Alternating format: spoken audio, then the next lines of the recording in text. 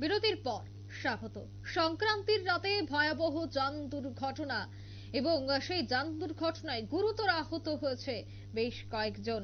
জানা গেছে সেই দুর্ঘটনায় বিশেষ করে আহত হয়েছে আমির হোসেন নামে এক যুবক। ঘটনা বিশালগড় নিচের বাজার এলাকায়।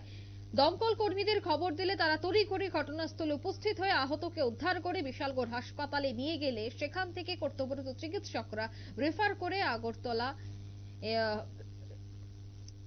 আগরতলা এবং অভিযোগ যে একটি পণ্যবাহী গাড়ির সঙ্গে আমিরের বাইকের সংঘর্ষ ঘটে। বিশালগড় থানার পুলিশ গাড়ি সহ চালক জয়ন্ত সরকারকে আটক করেছে। কি বলছেন সংশ্লিষ্টরা, শোনাবো।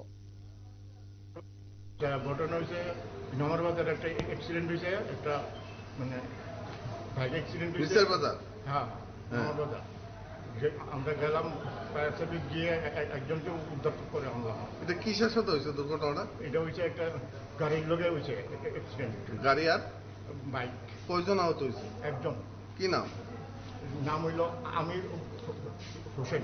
আমির হোসেন। হ্যাঁ, কিরকম আহত হয়েছে? ওই তো বেশি একটা পা ভাঙছে। কোন জায়গাতে করছে এটা? এটা আমরা আনছি বিশালগড় মহকুমা হাসপাতালে আনছি আমরা।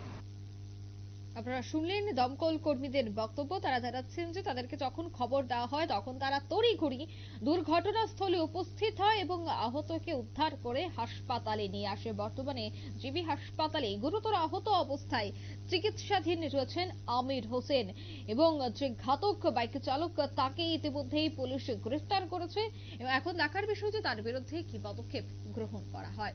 নিয়ে নিচ্ছে ছোট্ট একটি বিজ্ঞাপন বিরতি, সঙ্গে থাকুন।